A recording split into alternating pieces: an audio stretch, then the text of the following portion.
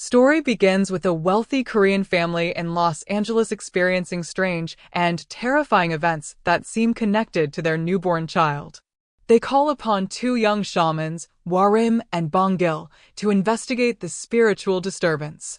Warim senses that the family is being haunted by a powerful ancestral curse, something far older than the present generation.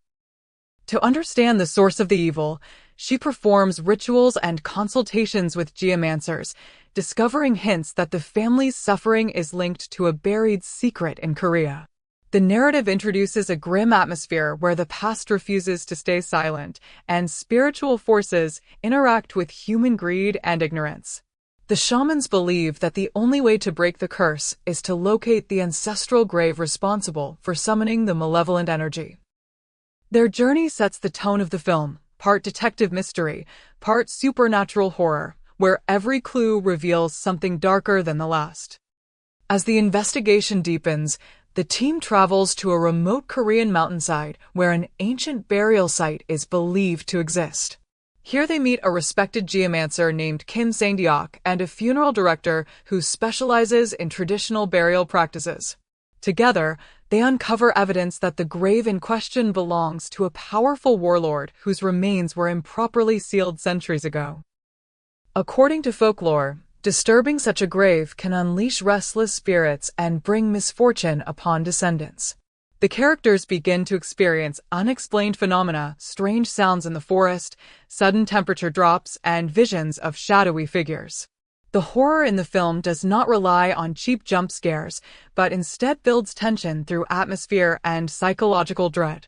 The audience is made to feel the weight of history, as if the land itself remembers the violence of the past. Each discovery pushes the characters closer to a truth they might not be ready to face, that human actions, even those long forgotten, can carry consequences across generations. When the grave is finally unearthed, the film shifts into its most intense and disturbing sequence. The exhumation reveals a burial that has been tampered with, suggesting that someone in the past attempted to suppress the spirit rather than honor it. The remains are treated with ritual care, yet supernatural events escalate. Members of the team begin experiencing hallucinations and emotional breakdowns, questioning whether what they see is real or imagined. Warim performs an exorcism, but the ritual seems only to anger the presence rather than banish it.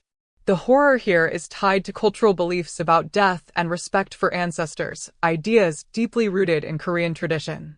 The movie explores how ignoring spiritual customs can create imbalance, allowing negative forces to manifest. While Western horror often focuses on monsters, this story treats the supernatural as a reflection of human wrongdoing and unresolved history. The characters must confront not just the ghostly presence, but their own understanding of morality and responsibility.